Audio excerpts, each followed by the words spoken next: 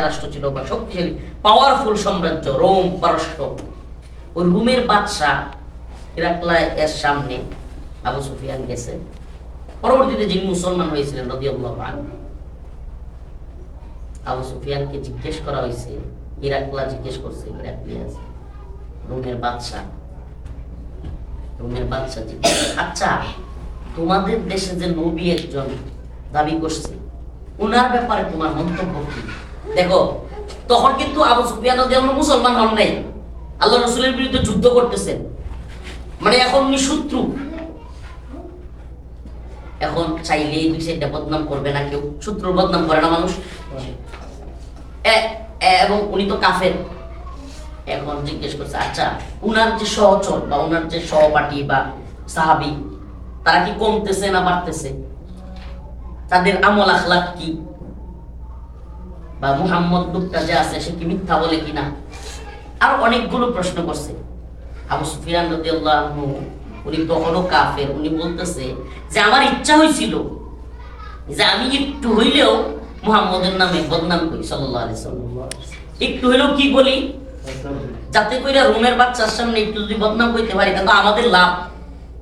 কিন্তু আমি মুহাম্মদুর রাসূলুল্লাহ একটা বদনাম বা একটু বাড়াইয়া বলবো এটা সুযোগই ছিল না। সুবহানাল্লাহ, বলতে বাধ্য হয়েছি যে মুহাম্মদের সহপাঠী আস্তে আস্তে বাড়তেছে, কমে না।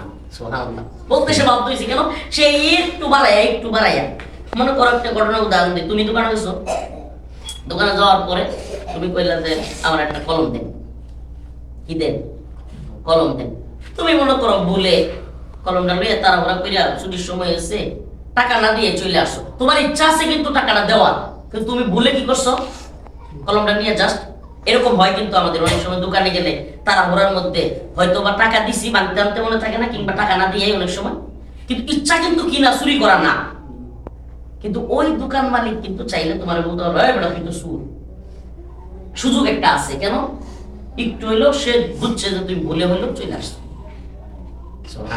এই যে এটাকে বলে একটু বাড়াইয়া বলা, একটু কিছু হইলে বাড়াইয়া বলা। আমাদের সমাজে এটা প্রচলন আছে, এটা আমাদের সমাজে ব্যাপক প্রচলন আছে।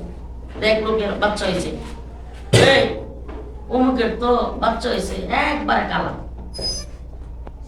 এটাতে হুন্যে আরেকজনের গিয়া এটা যেটা শুনছে এটা গিয়া কয় অমুকের তো বাচ্চা হয়েছে কাওয়ার মতো কালা। আরেকটা একবারে গিয়া আরেকজনের লোক কয় এই অমুকের ঘর তো বলি কাক হয়েছে, কাউ হয়েছে।